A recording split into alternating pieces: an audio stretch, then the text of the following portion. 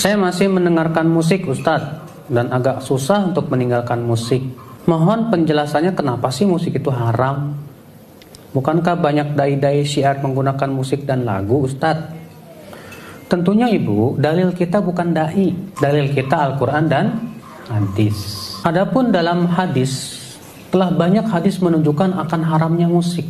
Yang pertama, Rasulullah SAW bersabda riwayat Bukhari dan sahihnya, la yastahillanna aqwamun min ummati al-hira wal harira wal khamra wal ma'azif. Sungguh benar-benar akan ada dari umatku yang akan menganggap halal arak, zina, sutra, dan alat-alat musik.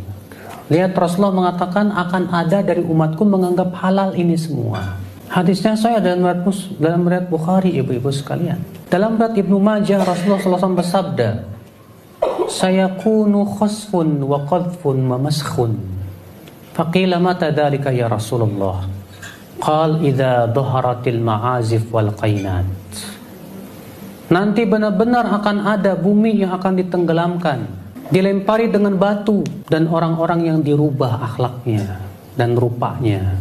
Lalu para sahabat bertanya, kapan itu terjadi ya Rasulullah? Kata Rasulullah, apabila telah muncul alat-alat musik dan biduanita. Ibnu Hajar Al-Haytami dari ulama mazhab Syafi'i berkata, para ulama seluruhnya sepakat akan haramnya musik. Siapa yang mengatakan bahwa musik masih diperselisihkan, kata beliau apa?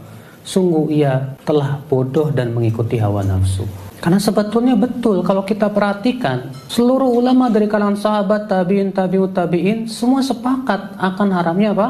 Musik. Yang menghalalkan itu hanya Ibnu Hazm, dan Ibnu Hazm ini muncul setelah terjadinya ijma, sehingga pendapat Ibnu Hazm ini bertabrakan dengan ijma, dan setiap pendapat yang bertabrakan dengan ijma itu tertolak, ibu-ibu sekalian. Makanya kita jangan melihat siapa yang mengamalkan, tapi lihat dalilnya yang berasal dari Allah dan Rasulnya. Memang Bu ya, kalau ibu terbiasa musik-musik, pas ngedengar musik haram, ibu merasa heran, sepi amat dunia tanpa musik. Tapi kalau kita terbiasa baca Quran, menikmati Al-Quran, lewat tuh musik Bu. Kita akan lebih menikmati Al-Quran daripada mendengarkan apa? Musik. Makanya Al-Quran itu lebih indah di hati sebetulnya kalau kita mau apa? Mentadaburinya, mempelajarinya, membiasakannya.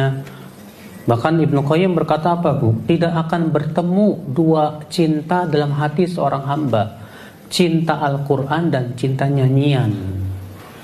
Orang yang sangat cinta nyanyian, dia tidak akan cinta Al-Quran. Walaupun mulutnya berkata saya cinta, tapi hatinya tidak akan seperti itu. Sekarang ibu mau pilih mana, cinta yang nyanyian apa Al-Quran? Gak bakalan ketemu Bu. Kalau ibu berkata saya pengen cinta dua-duanya, gak mungkin. Ibu harus salah satunya ya. Bahkan Rasulullah SAW sabda apa? La an yumla'a batnu ahadikum sadidan khairun lahu min an yumla'a syi'ran.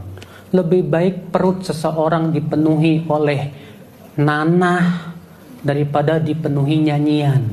Itu hadis sahih dari Bukhari dan Muslim, Ibu. Pernah suatu ketika Ibu, Rasulullah SAW sedang berjalan dengan sahabat, dan hadisnya sahih juga Bukhari dan Muslim. Rupanya Rasulullah mendengar ada orang yang sedang nyanyi. Apa kata Rasulullah SAW? Khuduh, tangkap dia. Fa innahu syaitan, karena dia setan. Lalu Rasulullah bersabda yang sebutkan saya tadi hadisnya. Lebih baik perut seseorang dipenuhi dengan nanah daripada dipenuhi dengan apa? Nyanyian. Lebih baik mana Bu? Dipenuhinya dada kita dengan Al-Quran atau dengan nyanyi? Tentu dengan Al-Quran. Allah mengatakan nurun ala nur, cahaya di atas. Kata para ulama artinya cahaya iman ketika dimasukkan Al-Quran, hati yang beriman kepada Allah, ketika ia dimasukkan padanya Al-Quran, maka bertemulah dua cahaya, cahaya iman dan cahaya Al-Quran, maka bertambahlah cahaya di atas cahaya itu, ibu-ibu sekalian. Tapi coba kalau dada ibu ya penuhnya nyanyian, ya nggak ada manfaatnya juga. Maka dari itulah Ibu, kita berusahalah semaksimal mungkin untuk menjadi para pencinta Al-Quran.